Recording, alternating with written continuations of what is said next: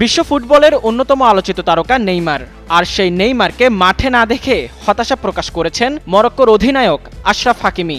রবিবার নিউ জার্সির মেট লাইফ স্টেডিয়ামে মুখোমুখি হবে ব্রাজিল ও মরক্কো।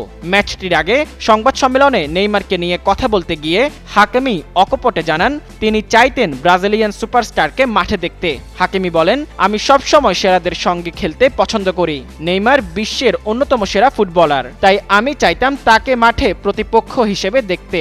আমরা জানি এটি তার শেষ বিশ্বকাপ, তাই তাকে মাঠে দেখতে পারলে ভালো লাগতো। এদিকে ব্রাজিল সমর্থকদের জন্য দুঃসংবাদ হলো, রাঁধুনি কালাভুনা মশলা থাকলে আসল কালাভুনা রান্না কোনো ব্যাপারই না। ইনজুরির কারণে এই ম্যাচে খেলতে পারছেন না নেইমার। কাফের চোট থেকে এখনো পুরোপুরি সুস্থ না হওয়ায় তাকে বিশ্রামে রাখা হয়েছে। ব্রাজিল কোচ কার্লো আনচেলোত্তিও নিশ্চিত করেছেন নেইমার এখনো ম্যাচ খেলার মতো অবস্থায় পৌঁছাননি। 34 বছর বয়সী এই তারকা শুক্রবার দলের শেষ অনুশীলনেও অংশ নেননি। এর আগে প্রস্তুতি ম্যাচগুলোতেও তাকে মাঠে দেখা যায়নি।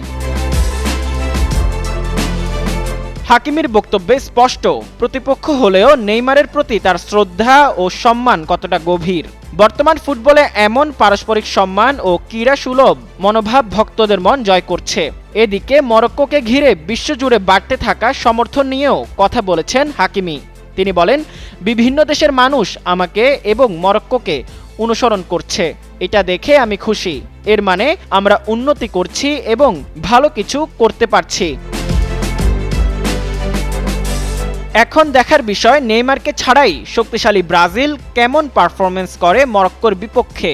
তবে ম্যাচ শুরুর আগেই হাকিমির মন্তব্য ফুটবল প্রেমীদের মধ্যে নতুন আলোচনার জন্ম দিয়েছে। মোজাম্মেল পায়েল, যুগান্তর স্পোর্টস।